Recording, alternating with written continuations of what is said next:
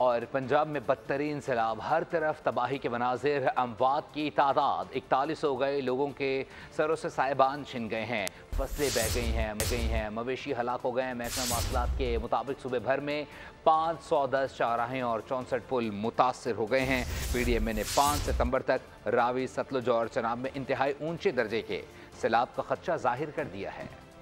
پنجاب میں تاریخ کا بدترین سیلاب، دریاؤں کی بکھری موجوں اور موسلادھار بارشوں نے تباہی مچا دی۔ حفاظتی بند ٹوٹ گئے، بستیاں ڈوب گئیں، آشیانے اجڑ گئے، کھیت کھلیان تباہ، اموات کی تعداد 41 ہو گئی۔ پاک پتن میں دریائے ستلج میں اونچے درجے کا سیلاب، زرعی اراضی زیر آب، کھڑی فصلیں تباہ، پانی گھروں میں داخل ہو گیا۔ قصور میں درجنوں دیہات ڈوب گئے، زمینی رابطہ منقطع۔ چنیوٹ میں بھی سینکڑوں دیہات زیر آب آ گئے۔ بہاولپور میں زمینی کٹاؤ خطرناک حد تک بڑھنے لگا۔ ماڑی قاسم شاہ کے مکین بے بسی کی تصویر بن گئے۔ شکر گڑھ کے باسی کھلے آسمان تلے بے یار و مددگار امداد کے منتظر۔ کمالیہ اور پیر محل میں بھی صورتحال ابتر۔ جھنگ تریمو کے مقام پر دریائے چناب میں 5.5 لاکھ کیوسک کا ریلا، 400 سے زائد موزہ جات زیر آب۔ نارووال میں زمینی کٹاؤ، ہزاروں ایکڑ پر کھڑی فصلیں دریا برد ہو گئیں۔ نشیبی علاقوں میں آمد و رفت معطل۔ سیالکوٹ بڈیانہ میں نالا ڈیگ کے ریلے کی تباہ کاریاں جاری، بازار تباہ حال، 10 دکانیں ملبے کا ڈھیر بن گئیں۔ مظفر گڑھ کی 14 بستیاں اور 4,500 ایکڑ کے قریب اراضی ڈوب گئی۔ ڈیرہ غازی خان میں بند ٹوٹنے سے غوث آباد کی بستیاں زیر آب۔ راجن پور میں بھی متعدد بستیاں پانی۔